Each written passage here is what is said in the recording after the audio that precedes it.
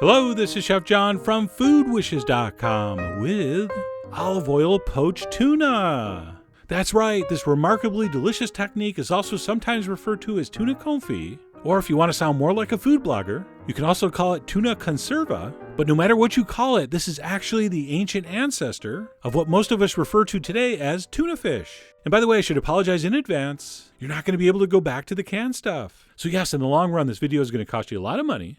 So let me show you how to put this together. And the first thing we're going to need is some beautiful tuna. And as you can see here, I have two gorgeous tuna steaks, nice and thick, beautifully red. That would be the ahi tuna.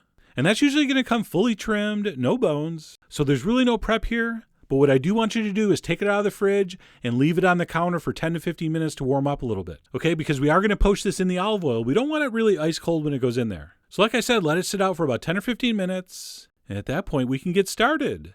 So we're going to head over to the stove, where we're going to toss a couple cloves of crushed garlic into a heavy skillet on medium heat. As you can see, I didn't even peel them, doesn't matter. And then we're going to go ahead and pour in about an inch of olive oil. Now, any decent olive oil is going to work here. You don't necessarily have to use extra virgin. And I actually am using extra virgin, although I will admit it's not a super expensive one. So this is not something you really want to use your expensive premium olive oil for. But anyway, we're going to pour that oil in. I'm also going to throw in a handful of fresh thyme leaves. And I know I've said this before, but plant some thyme in your backyard. And if you just said, I don't have the time, exactly, that's my point. And not only does thyme taste great, it's also on your side. Okay, so plant some of that as soon as you can. And then in addition to the fresh herb, I'm also going to put in a good amount of red chili flakes. And I'll give that a little stir. And then basically all we're doing is waiting for this to get hot enough to add our tuna. And it's going to be very easy to know when that happens. The thyme and the garlic are going to act as indicators. And when those start sizzling in the oil, we know it's up to temp. And at first it's going to start slowly. You'll see just a few little bubbles starting to pop out of that garlic clove. And then as the temperature increases, a few more bubbles. And by the way, if that paper skin comes off your crushed garlic clove and it annoys you, like this did me, pull it out. And basically what we're looking for is this. The herbs and the garlic are going to start bubbling enthusiastically. And when you do see it bubbling like that, that is your indication to carefully go ahead and add the tuna to the pan. And then very critical, as soon as we add the tuna to the pan, we're going to turn the heat down to low. Repeat, turn your heat down to low.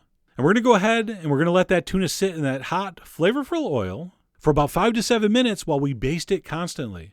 Except you know what's a terrible tool for doing this? Tongs. So let's lose the tongs and switch to a spoon. So I'm pretty much going to stand there basting constantly. And of course, you're going to see that top turn from that deep red color to that paler cooked tuna color. And by the way, this is optional, but I did have some extra thyme sprigs, so I went ahead and threw them on top. I mean, just basting the top of plain tuna steaks is pretty fun. But when you get to spoon it over additional fresh thyme sprigs, it gets even more exciting. And by the way, traditionally, tuna confit, tuna conserva, whatever you want to call this, is cooked all the way through. But as you'll see, using this method, you should have a little bit of pinkness left inside in the thicker parts. One of the great things about this technique is that it will work for you whether you want your tuna well done, cooked all the way through, or just barely cooked around the outside and still pretty rare in the middle. So I am going to give a lot more info about times on the blog.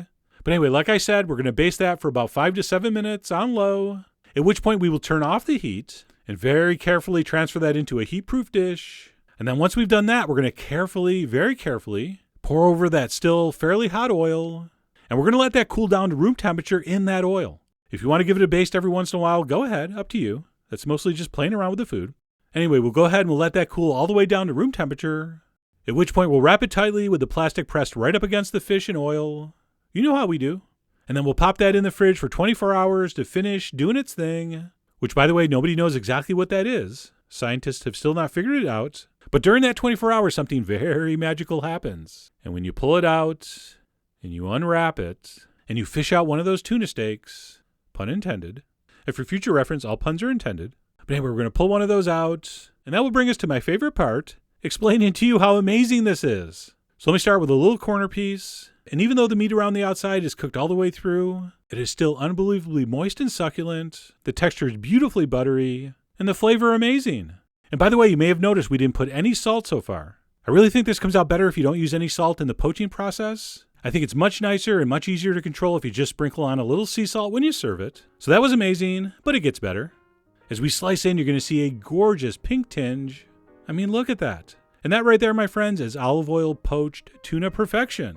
If you've ever had that really expensive imported tuna belly that comes packed in the oil, believe it or not, this is remarkably close. And generally as a strategy, I'll use the pinker stuff for salads, for appetizers, maybe a tartare-like preparation. And then for the more well-done parts, the parts that are cooked all the way through, that generally get saved for sandwiches. Which reminds me, until you've had a tuna salad sandwich made with this stuff, you actually have not had a tuna salad sandwich. So you got that to look forward to. But regardless of what you do with this, I really, really hope you give it a try soon. And then one last very important thing before we sign off, please never forget, you can tune a piano, but you cannot tune a fish. Okay? So head over to foodwishes.com for all the ingredient amounts and more info, as usual. And as always, enjoy.